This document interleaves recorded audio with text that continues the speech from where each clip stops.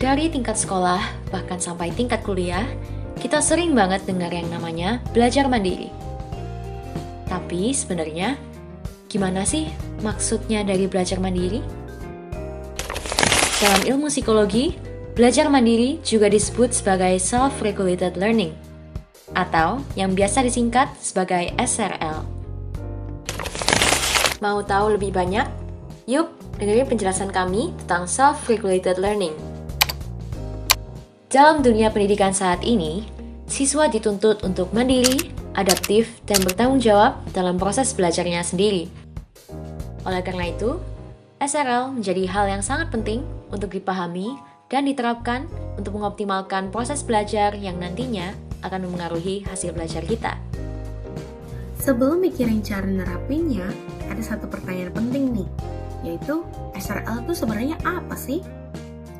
Ketika kita mulai cari definisinya, ternyata setiap ahli punya versinya masing-masing. Sehingga wajar aja kalau kita bingung buat nentuin mana yang paling tepat.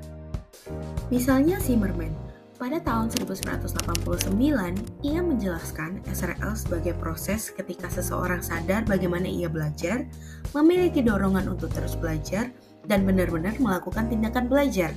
Sehingga fokusnya berada pada proses di dalam diri kita sebagai pembelajar. Lanjut, ada Pinrich di tahun 1995. Dia sepakat sama Zimmerman, tapi dia menambahkan bahwa belajar juga harus memiliki tujuan yang jelas. Contoh, kamu belajar fisika bukan sekedar biar tahu, tapi mungkin tujuannya biar kamu bisa masuk ke jurusan teknik. Jadi, tujuan inilah yang bikin proses belajar kita lebih terarah dan dikendalikan secara sadar melalui perilaku, motivasi, sampai ke cara berpikir kita.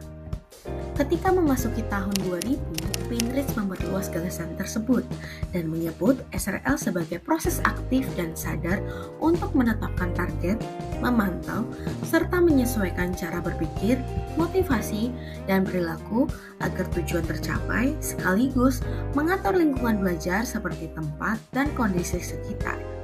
Beda lagi nih sama Winnie di tahun 1996, di mana ia melihat SRL sebagai kemampuan buat beradaptasi.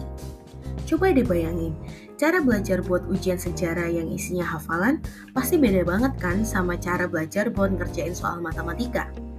Nah, menurut Winnie, inti dari SRL itu ya kemampuan kita untuk menjadi bunglon, fleksibel, bisa ganti-ganti strategi belajar sesuai sama tantangan yang dihadapi. Terus ada yang lebih baru dari Turan dan kawan-kawan di tahun 2022. Mereka menekankan kata konstruktif. Artinya, kita secara aktif membangun pemahaman di dalam kepala kita sendiri, bukan sekedar menerima informasi aja. Semua definisi tadi keren, tapi fokusnya beda-beda. Akhirnya muncul satu mitos besar. Katanya, orang yang jago belajar mandiri harus kayak superhero. Harus selalu pintar ngatur waktu, motivasinya gak pernah turun, emosinya stabil, dan strateginya selalu tepat. Seolah-olah kalau satu aja gak beres, kita langsung dicap gagal. Padahal kenyataannya jauh dari itu.